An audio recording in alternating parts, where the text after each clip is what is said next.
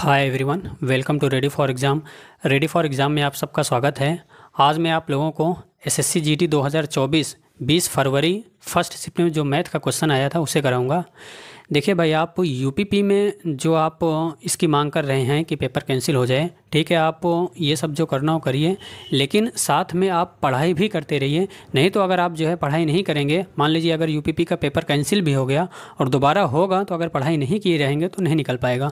तो इसलिए आप पढ़ाई को करते हुए और जितनी मांग करें आप करिए, अच्छी बात है। कैंसिल होना भी चाहिए, क्योंकि अगर धांधली हुई है, और जहाँ तक मुझे लगता है हुई भी है, तब जो है हुई भी है, तो जो है उसको पेपर कैंसिल होना चाहिए। ठीक, चलिए पहला क्वेश्चन आपका दिया है, यदि किसी आयत की लंबाई में 14.28% की वृद्धि कर दी जाए, तब इसकी चौड़ाई कितनी प्रतिशत कम की जाए जिससे कि इसके क्षेत्रफल में कोई परिवर्तन ना हो। भाई देखिए 14.28%, तो 14.28% की वैल्यू कितना होती है? 14 सही 2/7% की वैल्यू कितना होती है? आप बोले सर 1/7 होती है। ठीक, 1/7 1/7 मतलब क्या हुआ भैया? ये लंबाई है, तो लंबाई पहले क्या थी? 7 थी, नीचे वाला पहले वाला होता है, पहले 7 थी, फिर 1 की वृद्धि हो गई। ठीक है, तो 7 से कितना हो जाएगा? 7 से 8 हो जाएगा। ठीक, लंबाई 7 से 8 हो गई। वही पूछ रहे चौड़ाई जो है कितनी हो जाए जिससे कि उसके क्षेत्रफल में कोई परिवर्तन ना हो, इसके क्षेत्रफल जैसा था वैसे का वैसे रह जाए। देखिए भाई, जब भी इस टाइप का क्वेश्चन आता है, आप जो है आप यहाँ पे देखो रिजल्ट जो उसका रहता है, ये रिजल्ट आ रहे हैं ना लास्ट में, तो रिजल्ट जो रहे वो अगर उसमें परिवर्तन ना हो, तब आप क्या किया करिए, जैसे ये लंबाई 7 से 8 हो रही, इसी का अपोजिट कर दिया करिए, 8 से 7 कर दिया करिए। ठीक है, 8 इधर कर दिए, 7 इधर कर दिए। अब देखो जब इसका रिजल्ट निकालो कितना आ जाएगा? 7 8 56 आ जाएगा ये भी, और 8 7 56 आ जाएगी ये भी। अब देखो 56 से 56 हो गया। ठीक है, इस टाइप का 3-4 क्वेश्चन बनता है, तो अगर आप जो इसको अच्छे से समझ लेंगे तो जो भी क्वेश्चन आएगा आप कर ले जाएंगे। ठीक है, अब देखो क्या किए हो आप? 8 से 7 कर दिए हो ना, क्या किए हो? 8 से 7 कर दिए हो। तो भाई अगर पहले चौड़ाई कितनी थी? 8 थी, अब चौड़ाई कितना होगी? 7 हो गई। मैं बोलता हूँ कितना घटा है? आप बोलोगे 1 घटा है। किससे घटा है भैया? 8 से घटा है। फिर परसेंट बदल लेंगे, 100 से गुणा करते हैं, 100 से गुणा कर दीजिए। ठीक है, अब 100/8, 100/8 करो कितना आ जाएगा? 4 दूना 8, 4 25 में 100, 25/2 मतलब 12.5%। ये हुआ आंसर आपका, 12.5%। ओके देखिए इस टाइप का क्वेश्चन, जैसे इसमें जो चीनी का खपत होता है, मतलब उसके खर्च में कितना परिवर्तन होगा कितना नहीं होगा, इस टाइप का क्वेश्चन बनता है, उससे भी करा दे रहे हैं। क्या पता जो है अगली शिफ्ट में जो है वही क्वेश्चन आ जाए। जहाँ तक उम्मीद है आगे वाले शिफ्ट में हो सकता है ये क्वेश्चन पूछ लें। जैसे क्या होता है, क्वेश्चन बनता है ना इससे कि यदि चीनी के मूल्य में 20% की कमी कर दी जाए तो उसकी खपत में कितने प्रतिशत की वृद्धि की जाए जिससे कि उसके खर्च में कोई परिवर्तन ना हो। भाई देखो चीनी के मूल्य में कितना हो रहा है? मूल्य में 20% कमी, 20% की वैल्यू कितना होती है? 20% की वैल्यू होती है 1/5। मतलब क्या हुआ? 5 था, 1 कम हो गया, कितना हो गया? 4 हो गया। रेट पहले चीनी 5 रुपये पर किलोग्राम थी, अब कितने रुपए पर किलोग्राम? 4 रुपये पर किलोग्राम हो गई। ठीक है, तो अब बोलो इसके खपत मतलब कितना खर्च, जितना उसका खर्च मतलब जितना किलो खर्च करता था, खपत में कितने की वृद्धि कर दी जाए। ठीक है, खपत में कितने प्रतिशत की वृद्धि कर दी जाए कि उसके खर्च में कोई परिवर्तन ना हो। मैं बताया उन्हें, अगर खर्च में जो रिजल्ट है अगर उसमें परिवर्तन ना हो तब क्या करना रहता है भाई? यही को आप पलट देते हैं, बस इसको इधर लिख दीजिए और इसको इधर लिख दीजिए। ठीक है, अब देखो आप खर्च में इसको कोई परिवर्तन नहीं होगा। पहले 4 किलो खरीदता था 5 रुपये पर किलोग्राम की दर से, टोटल कितना खर्चा आता था? आप बोलोगे सर 20 रुपये आता था, और इसमें भी 20 रुपये आता था। अब देखो पहले भी 20 रुपये, अब भी 20 रुपये, तो क्या कर दे रहे हैं? ये पलट देते हैं, बस बताएं आपको, सिर्फ पलट दिया करिए बस। अगर जो यहाँ पे कोई परिवर्तन ना करना हो तो पलट दिया करिए बस। ठीक है, अब यहाँ से क्या करो भाई? 4 से 5, तो 4 था 5 हुआ, कितना बढ़ा? आप बोलोगे सर 1 बढ़ा। किससे बढ़ा? 4 से बढ़ा। फिर गुणे 100 कर 2% बदलने के लिए कितना आ जाएगा? 4 25 में 100, 25% की वृद्धि करनी होगी उस किसमें? उसके खपत में। खपत जो है 25% जो है बढ़ा देना चाहिए। ठीक है, 25% बढ़ा दोगे तब भी उसके खर्च में कोई परिवर्तन नहीं होगा। ठीक, अगला क्वेश्चन इसमें आया था कि यदि कोई छात्र किसी परीक्षा में जब 75% अंक हासिल करता है तो उत्तीर्णांक से 60 अंक अधिक, तथा जब वह 60% अंक हासिल करता है तो वह उत्तीर्णांक से 30 अंक अधिक प्राप्त करता है। 30 अंक अधिक, जब 75% पाता है भैया तो कितना अधिक पाता है? 60 नंबर ज़्यादा पाता है। ठीक है, और जब 60% पाता है तो कितना? 30 नंबर जो है आज ज़्यादा पाता है। ठीक है, अब मैं पूछता हूँ भाई, पहले 60 नंबर ज़्यादा पा रहा था, अब कितना ज़्यादा पा रहा है? 30 नंबर ज़्यादा पा रहा है, तो कितने का अंतर है? आप बोलोगे सर 30 का अंतर है इन दोनों में, 30 का अंतर है। ठीक है, अब देखो 75% और 60% कितने का अंतर है? आप बोलो सर 15% का अंतर है भाई। अब 15% बराबर किसका हो जाएगा? 30 के। 15% बराबर 30 के, तो 1% बराबर कितने हो जाएगा, 15 दूना 30, 2 हो जाएगा।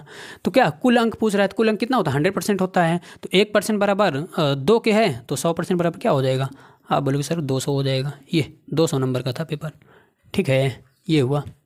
अब इस टाइप का जो है और भी क्वेश्चन बन सकता है, जैसे देखो इसमें जब भी ज़्यादा है ये भी ज़्यादा है, मान लो कभी कभी ऐसा ना कम मतलब 60 पर उत्तीर्णांक से 60 अंक कम था, फिर उत्तीर्णांक से 30 अंक कम था। देखो अभी इस टाइप का जो है 2-3 क्वेश्चन बन सकता है। 2-3 क्या, आप जो सिर्फ एक बात को ध्यान में रखिए, या तो सिर्फ बढ़ रहा हो, या तो सिर्फ बढ़ रहा हो, या तो फिर सिर्फ घट रहा हो, दोनों। अगर दोनों या तो बढ़ रहा है या तो दोनों घट रहा हो, तब जो जब अंतर निकालते हैं तो जो घट जाता है अंतर। देखो 60 में से 30 घट गए ना, 60 माइनस 30 हो गया, घट गया है, घटा है। अगर जो है इसमें सिर्फ मतलब कि ये एक बढ़े एक घटे, तब क्या होगा, जो अंतर होगा वो जुड़ जाता है। कैसे जुड़ जाता है भाई, देखो जैसे मान लीजिए कोई है तो वो जो है 60 नंबर ज़्यादा पा रहा है, 60 नंबर ज़्यादा पर यहाँ पे पहुँच जाएगा।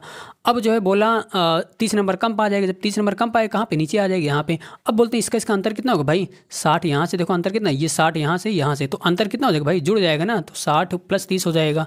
क्या है कि यहाँ से ऊपर जाओगे तो 60, यहाँ से नीचे जाओगे 30, तो जब पूरे का देखेंगे तो पूरे का अंतर कितना आ जाएगा भैया, इन दोनों के बीच कितना अंतर आ जाएगा, आप बोलोगे सर 90 आ जाएगा, 30 जुड़ जाएगा। ऐसे होता है, अगर अपोजिट रहता है तो जुड़ जाता है, और सेम रहता है तो क्या होता है, घट जाता है। ध्यान में रखिएगा इस बात को। चलिए अगला क्वेश्चन पूछा गया था, यदि चक्रवृद्धि ब्याज से कोई धनराशि 10 वर्षों में 2 गुना, 2 गुना मतलब क्या, 1 से 2 होने में कितना टाइम लगेगा, आप बोलो सर 10 वर्ष लग रहा है। 1 से 2 गुना होने में, गुणे 2 गुना होने में कितना लग रहा है, 10 वर्ष लग रहा है। तो भाई बोलो 4 गुना होने में कितना टाइम लगेगा भाई, 1 से 2 होने में कितना लग रहा है, इतना। फिर 2 गुना होने में कितना टाइम लग रहा है, 2 गुना होने में 10 वर्ष लग रहा है। फिर यहाँ से 2 गुना होने में कितना टाइम लगेगा, 2 का 2 गुना करोगे तो 4 हो जाएगा। अब देखो 4 पहुँच गया ना, पहले कितना था, 1 था, अब कितना है, 4 है, तो कितना हो जाएगा, 4 गुना हो गया। अब 4 गुना हो गया है भाई। अब देखो यहाँ से यहाँ पहुँचने में 10 वर्ष लग रहा था, 2 गुना होने, फिर यहाँ से यहाँ पहुँचने में फिर भी 10 वर्ष लगेगा, तो 10 वर्ष फिर और 10 वर्ष कितना हो जाएगा आपका, 20 वर्ष लगेगा टोटल। ये 20 वर्ष, यहाँ से यहाँ तक पहुँचने में टोटल 20 वर्ष। क्या है कि 2 गुना पहले बढ़ेगा तो 10 वर्ष में 2 गुना होगा, फिर 10 वर्ष में 2 गुना होगा, तो 2 गुना ये भी 2 गुना ये भी, 10 वर्ष ऐड हो जाएगा, कितना हो जाएगा, 20 वर्ष हो जाएगा। यदि किसी कार का अंकित मूल्य 3000 रुपये और इस पर 2 छूट देकर इसे 2000 रुपये में बेच दिया गया, यदि पहली छूट 20% की हो तो दूसरी छूट ज्ञात कीजिए। भाई देखो पहली छूट कितने की है, 20%।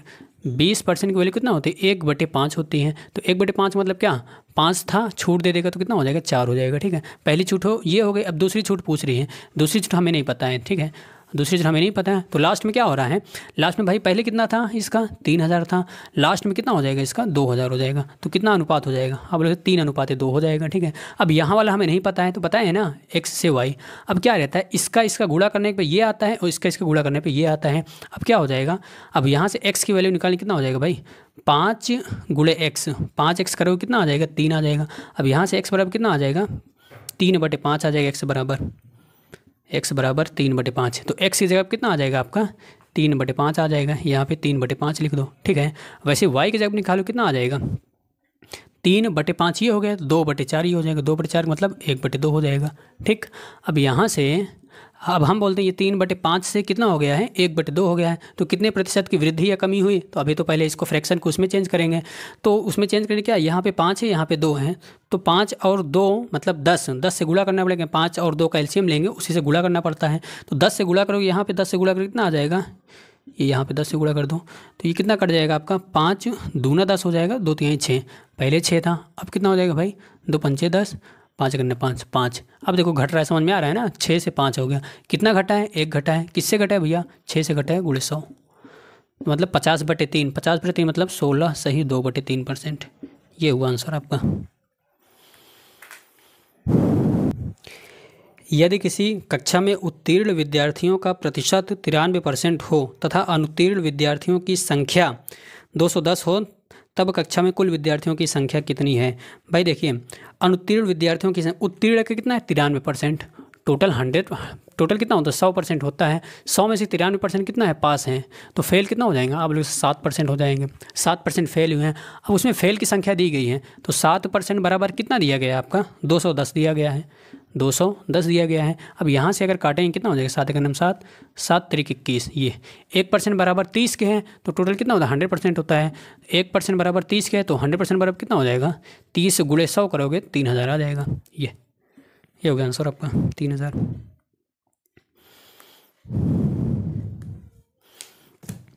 और भी कई सारा क्वेश्चंस था लेकिन वो उतना क्लियर नहीं था, इसलिए जो है वो उसे नहीं करवाए हैं। चलिए मिलते हैं नेक्स्ट क्लास में। अभी जितना पढ़ाएं आप जो है उसे जो है अच्छे से अपने माइंड में सिक्योर करिएगा। क्या पता हो सकता है जो पढ़ाएं उस टाइप का जो है अगली क्लास में भी आ जाए, अगली शिफ्ट में भी आ जाए। Thank you very much.